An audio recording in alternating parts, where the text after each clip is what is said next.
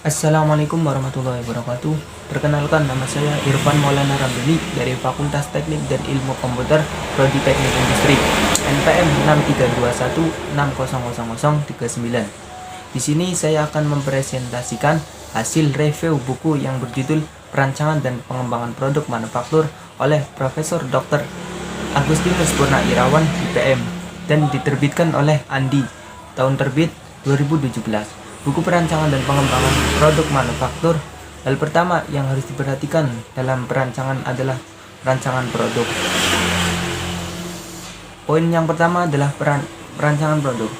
Perancang atau merancang merupakan suatu usaha untuk menyusun, mendapatkan, dan menciptakan hal-hal baru yang bermanfaat bagi kehidupan manusia. Dalam hal ini, merancang dapat yang benar-benar baru atau pengembangan produk yang sudah ada sehingga mendapatkan peningkatan kinerja dari produk tersebut. Konsep ini banyak digunakan oleh produsen untuk menghasilkan berbagai varian produk yang ada di mata konsumen sehingga dapat menghasilkan berbagai varian produk yang di mata konsumen diterima sebagai produk baru. Sebagai contoh, sebuah mobil multi-purpose vehicle pada varian pertama yang dipasarkan oleh produsen dengan tipe E standar, tipe G medium, dan tipe V eksklusif merupakan pengembangan produk yang sama dengan membedakan beberapa fitur yang dapat dipilih oleh konsumen. Dan poin kedua yaitu pengembangan produk. Pengembangan produk merupakan serangkaian aktivitas yang dimulai dari analisis persepsi dan peluang pasar, kemudian diakhiri dengan tahap produksi, penjualan, dan pengiriman produk ke konsumen. Produk manufaktur yang dihasilkan dapat berupa produk jadi, setengah jadi, komponen assembling, subsembling, atau bahan baku produk. Fungsi yang mendukung langsung pengembangan produk tersebut meliputi yaitu yang pertama pemasaran, yang kedua perancangan atau desainer, yang ketiga manufaktur, yang keempat distribusi. Yang pertama pemasaran. Bagian pemasaran memfasilitasi interaksi antara konsumen dan produsen. Dalam hal ini, identifikasi peluang, segmen pasar, identifikasi kebutuhan, target, harga, promosi, dan penjualan produk. Bagian pemasaran sangat dekat dengan konsumen sehingga dapat memberikan masukan kepada perancang tentang berbagai hal positif. Dan yang kedua, tadi perancangan desainer. Perancangan desainer mempunyai tugas dan peranan sangat penting untuk mendefinisikan bentuk produk.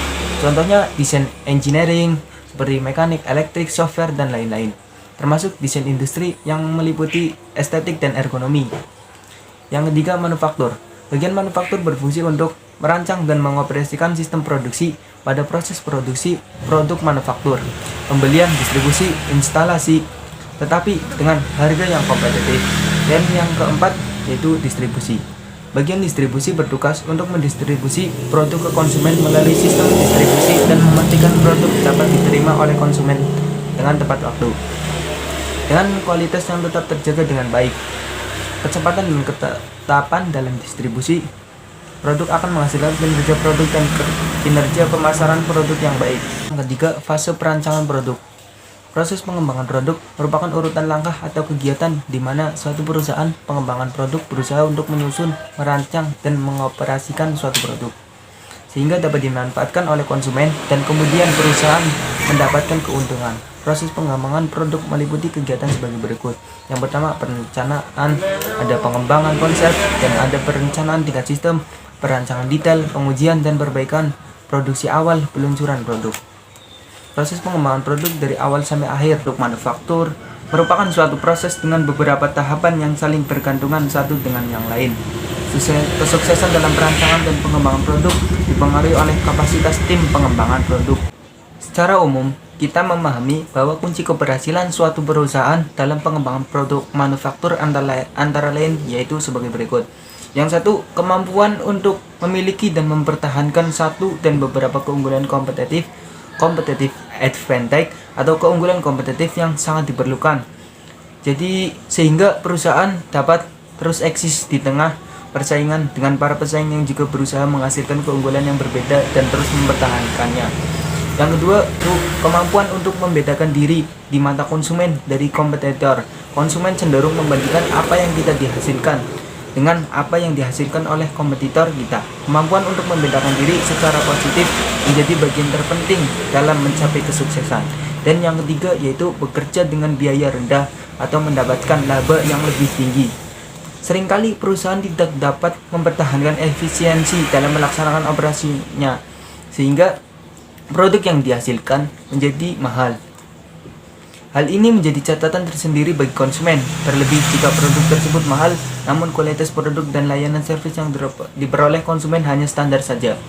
Oleh karena itu, perusahaan harus mampu bekerja dengan biaya rendah, namun produktivitasnya tetap tinggi, sehingga lebih efisien.